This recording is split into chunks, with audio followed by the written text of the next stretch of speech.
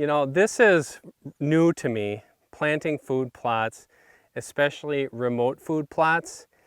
And this makes me happy right here. If you look at this, it's coming in pretty darn nice. We're getting to the end of July, first part of August, and I've got a really good established plot. The deer have been hitting it.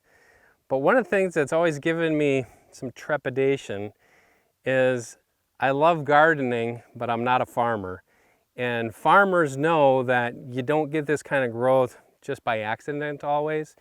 You need to do a lot of things. And one of the things that has always given me a little bit of worry is fertilizing, because fertilizing, it's work, it requires equipment most times, and this plot here is secluded and I don't have access to equipment, and especially most fertilizers, pelleted or powdered fertilizer, it takes a lot of work to get it back here. One thing I've learned is that through gardening, I can do the same thing with food plots, and as I can apply fertilizer liquid form, and it's going to reduce all that work and it's going to help. If you look at this stuff here, all this nice stuff, now this is Antler King honey hole I'm standing in.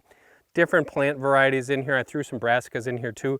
This stuff looks fabulous, but now let's take a walk over here. I'm going to show you the other half of the plot that I haven't fertilized. So this is what I'm talking about here. This part of the plot is really sparse.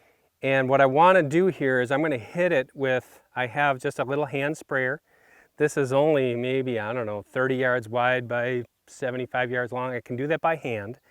I'm going to hit it with some Jolt fertilizer, and I'm only going to hit the plants that are 3 inches tall or taller. Today is actually a cooler day.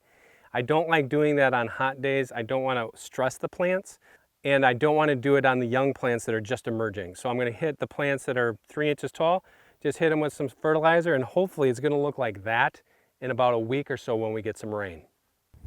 You know, food plotting doesn't have to be difficult, and it really isn't. It's just paying attention to the details, and one of those big details is fertilizer. If you want to get more tonnage out of that plot, especially to get that plot from summer into fall, give it some fertilizer, and I think you'd be really surprised with the results.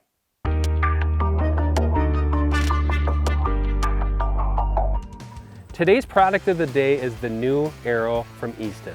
This is part of the FMJ line that stands for Full Metal Jacket, and this is a really cool arrow. You know, Easton's been around since the 1920s making arrows for avid archers, and today's bow hunters, you can't go wrong with Easton products, but these FMJs, I've been shooting them for quite a few years now, but new for this year is a 5mm shaft, and it's got a really cool finish on it. It's black and gold diamond anodized finish.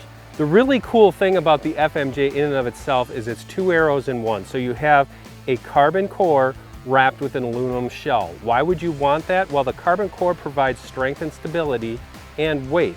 That slim profile is going to help me with accuracy, and especially on downrange targets where there's no wind resistance. But the aluminum is much straighter. You can't get anything straighter than an aluminum arrow. So you have the best of both worlds there. Check them out and get yourself some bully veins at eastonarchery.com.